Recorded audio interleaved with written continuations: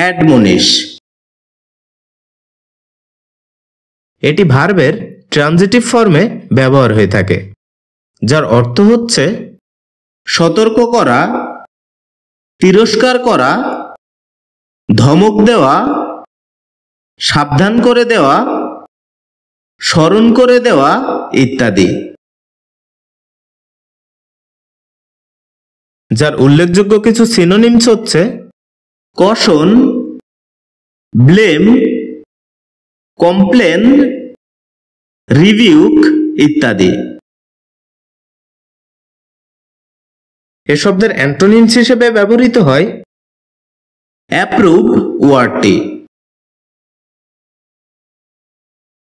যার উদাহরণস্বরূপ আমরা বলতে পারি রহিম অ্যাডমনিশ করিম।